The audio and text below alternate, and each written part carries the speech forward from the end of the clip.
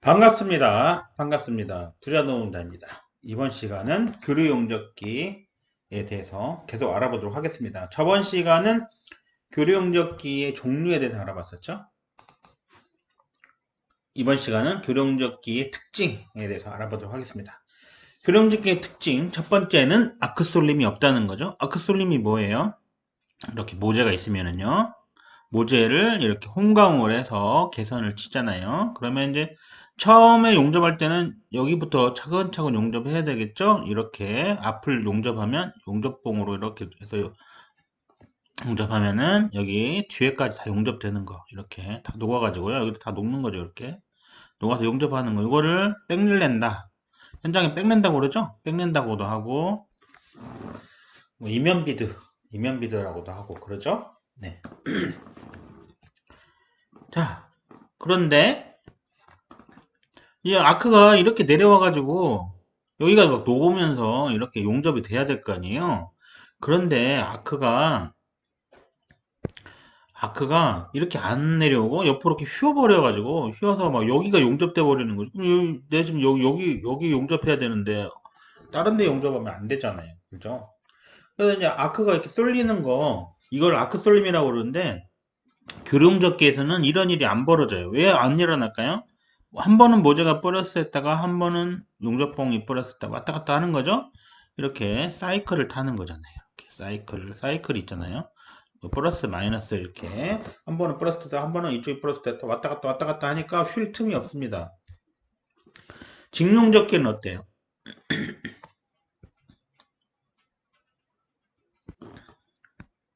직용접기는 얘가 많이 뿌렸으면은 얘가 계속 얘는 마이너스가 되잖아요. 이게 변하지 않기 때문에 한 번 쉬기 시작하면 다 돌아오지 않는 거죠. 그래서 교룡접기는 아크 쏠림이 없습니다. 그러니까 아크가 쏠리면 안 되는 용접을 할 때는 교룡접기를 사용해야 되겠죠? 네, 그렇습니다. 저도 용접할 때 열을 많이 받는 거 있잖아요.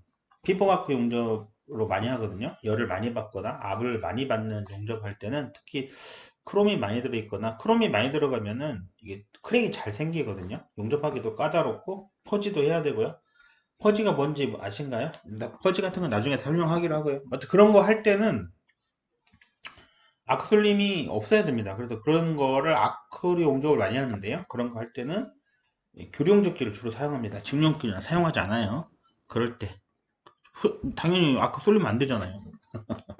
자, 두 번째 무바 전압이 높다. 무바 전압이 높다가 아크 용접기의 특징이 되겠습니다. 무바 전압은 뭐예요? 무바 전압. 나중에 배우겠습니다. 수화 특성이라는 게 있거든요. 수화 특성.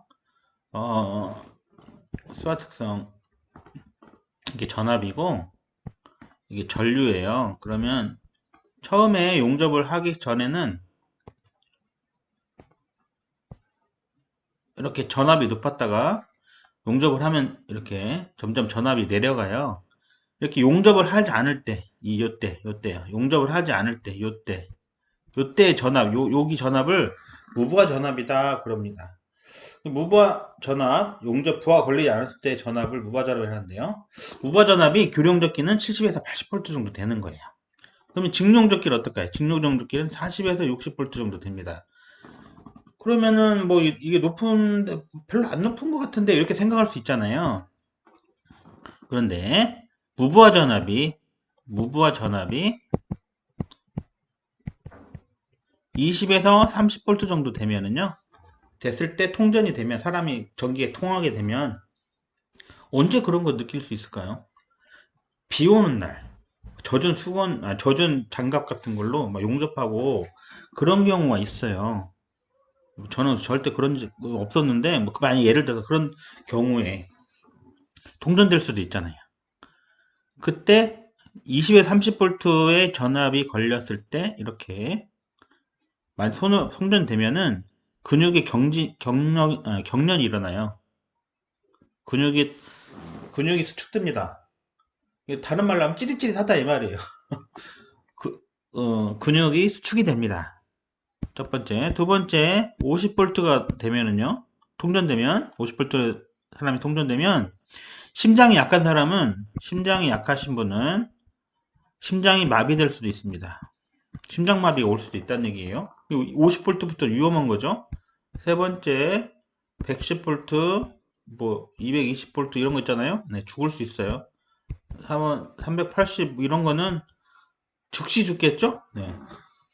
위험하단 말이에요. 50V 이상부터는 위험해요. 그러니까 무버 전압이 70에서 80V라는 건 위험하다는 거예요. 심장이 약한 사람은 이게 통전되면 죽을 수도 있습니다. 아크가 다소 불안정합니다. 하단데 한다라고 되어 있네요. 어쨌든 불안정하답니다. 얘가 이제 이렇게 용접을 하면 두 모재를 이렇게 용접하잖아요. 그러면 얘가 한 번은 플러스에다가 얘만 한 플러스에다가 왔다 갔다 하잖아요. 얘가 한 번은 잘 녹았다가 얘가 한 번 잘 녹았다가 얘가 좀 녹을만 하면 얘가 잘 녹았다가 왔다 갔다 하니까 아크가 불안정해요.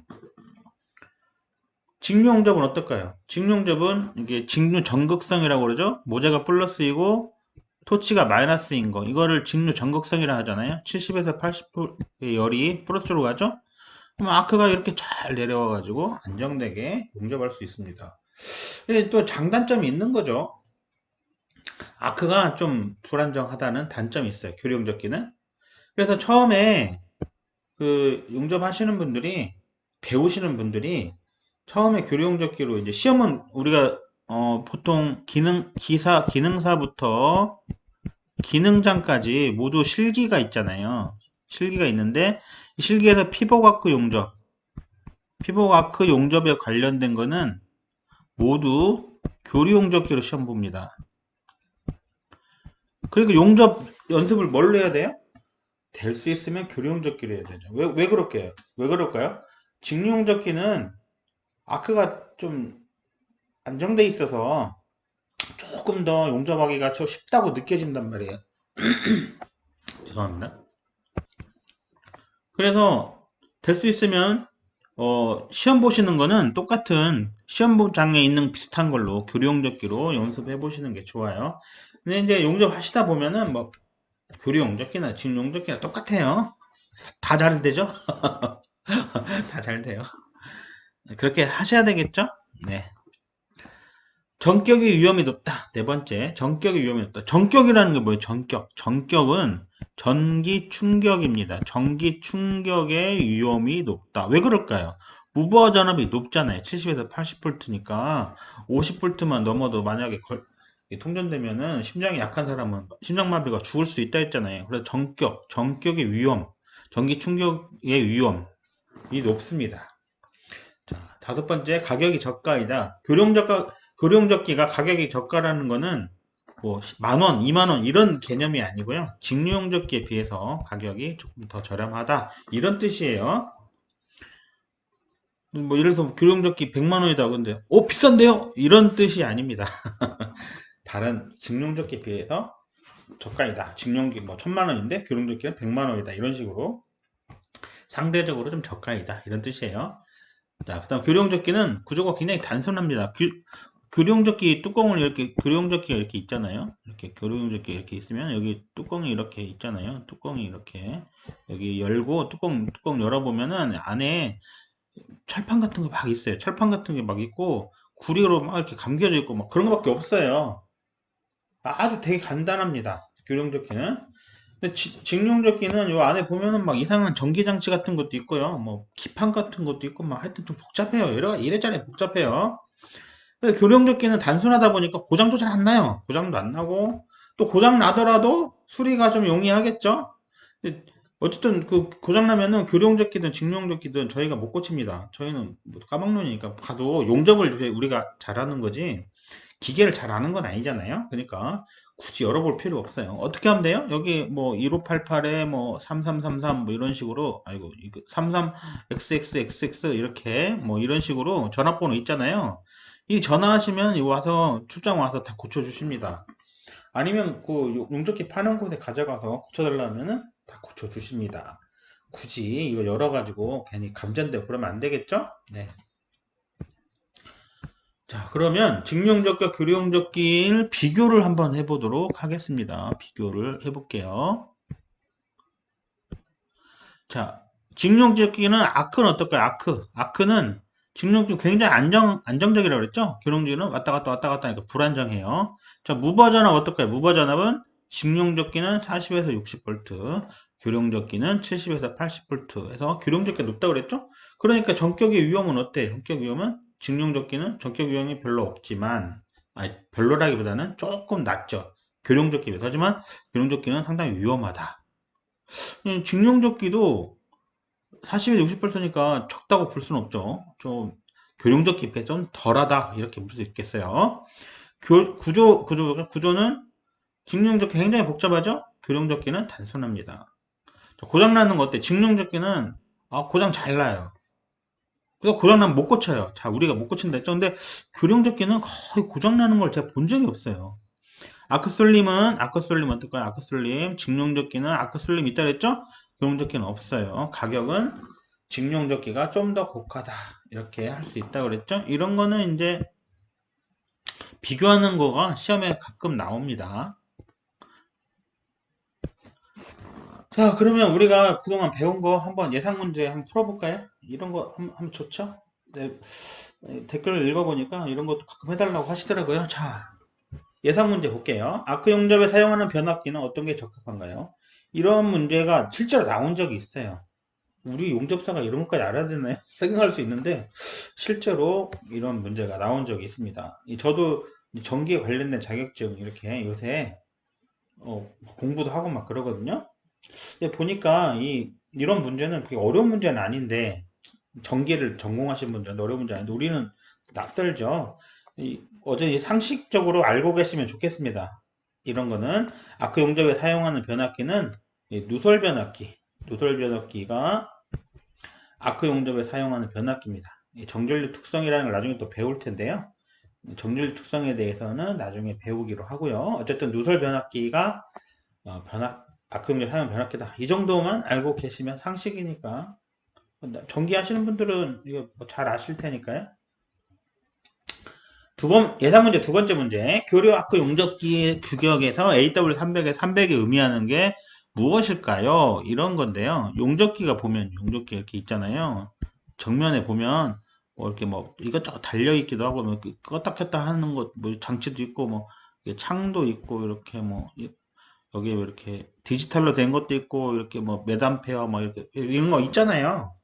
버튼 같은 거 막 있는데 여기 상표가 써 있는데 보통 상표에 AW300 이렇게 써 있다는 거죠.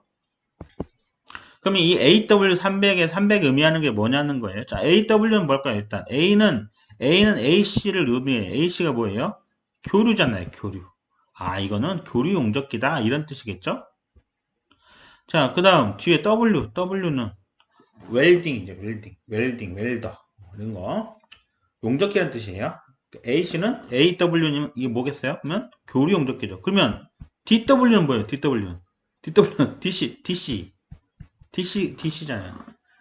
다이렉트 커런트에서 DW는 직류 용접기다 이런 뜻이겠죠? 만약에 DW 됐으면 직류 용접기라는 뜻이에요. AW300이다 그러면 300은 전격 2차 전류입니다. 전격 2차 전류. 그럼 전격 2차 전류란 건 뭐냐? 여기 용접 처음에 배전판에서 용접하잖아요. 220이든 380이든 이렇게 들어오잖아요. 이렇게 여기를 1차 측이라고 그래요. 1차 측 전원이 들어오는 곳. 그 다음에 이쪽에서 이렇게 플러스 마이너스가 있잖아요. 플러스 마이너스가 있어가지고 플러스는 이렇게 모자에다가 이렇게 접지를 하고요. 마이너스 쪽에다 케이블을 연결해서 홀더에 빼서 용접을 막 하게 되잖아요. 이렇게 실제로 부하 걸리는 요 부분을 뭐라 부르냐? 이분 2차 측이라고 합니다. 2차 측이라고 하고요. 2차 측에 걸리는 전류값. 그러니까, 이 정도까지는 우리가 용접할 수 있다. 그런 거. 300A까지는 이 용접기를 용접해도 무난하다. 이런 뜻이에요. AW300이라는 건 전격 2차 전류가 300A다. 그러니까, AW는 교류용접기라는 뜻이고, 300A는 전격 2차 전류. 그러니까, 2차 전류 300A까지는 용접할 수 있다. 이런 뜻이에요. 그래서 답은 전격 2차 전류가 되겠습니다. 문제가 알고 나니까 별거 아니죠? 이렇게 쉽게 나옵니다. 문제. 어렵게 안 나와요. 자, 다음 문제. 코일의 감긴 수에 따라 전류를 조정하는 교류압 용접기는 무엇일까요? 자, 이렇게 코일이 실제로 감겨져 있다 그랬잖아요. 용접기를 열어보면요. 자, 그러면 이렇게 코일이 감겨져 있는데, 이렇게, 또, 이렇게, 이런 식으로 되어 있는 거죠. 뭐 1번, 2번, 3번 이런 식으로 되어 있으면, 여기다가 코일이 감긴 수 이만큼만 감겨 있고, 여기 이만큼 감겨 있고, 여기 더 많이 감겨 있잖아요. 1번에다 탭을 꽂거나 이렇게 버튼식으로 되어 있는 것도 있고요. 다 선풍기처럼 돌리는 것, 선풍기, 옛날 선풍기 있잖아요. 이렇게 1단, 2단, 3단 돌리듯이 그렇게 돌리는 것도 있고, 꽂는 것도 있고, 막 그래요. 자, 어쨌든, 어, 1, 2, 3 하면 전류값이 올라가는 거죠. 그러니까 전류값 미세하게 조정할 수 없지만은, 반복된 작업이나 이런 거 할 때는 이거 굉장히 좋아요. 저도 이거 써보니까, 예를 들어서 1번은 이면 비드 작업할 때는 1번 쓰고, 표면 비드 할 때는 2번 쓰고, 체온 비드 할 때는 3번 꽂고 하고 뭐 이런 식으로 할 때 좋습니다. 자꾸 하다 보면은 그 용접기를 남들이 못 만지게 하거든요. 왜냐면 내가 좋아하는 이렇게 좋아하는 전류값이나 이런 거를 내가 맞춰놓거든요. 막 선도 그어놓고 막 그러거든요. 근데 그럴 때 이런 거 반복된 작업할 때는 탭 전환형이 더 좋은 것 같아요. 답은 어쨌든 탭 전환형이 되겠습니다. 문제가 그렇게 어렵지 않죠? 네. 이런 식으로 나오는 거예요. 문제 4번 문제 볼까요? 직류 아크 용접기에 비교하여 교류 아크 용접기 특징이 아닌 거네. 이게 문제 요 앞에 뭐예요? 직류 아크 용접기에 비교하여 여기는 있으나 마나한 말이잖아요. 교류 용접기 특징이 아닌 것만 고르라는 얘기잖아요. 네. 이런 문제 좀 헷갈리게 만들어 놓은 문제 많잖아요. 좀 조심하셔야 될 것 같아요. 1번 전격의 위험이 높다. 그렇죠. 전격 위험이 높죠? 왜 그래요? 무버 전압이 높기 때문이죠. 무버 전압이 교류용접기는 70에서 80V가 있기 때문에 무버 전압이 높고 전격의 위험이 높습니다. 구조가 굉장히 단순하다고 그랬죠? 근데 고장날 일 거의 없어요. 아크 쏠림이 없고요. 교류용접기예요. 무버 전압이 높다가 돼야죠. 높다.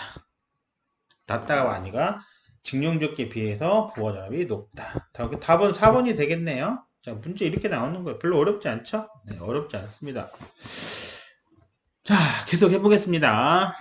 용접기의 사용률, 허용 사용률, 용률, 효율. 계속 알아보도록 하겠습니다. 용접기의 사용률부터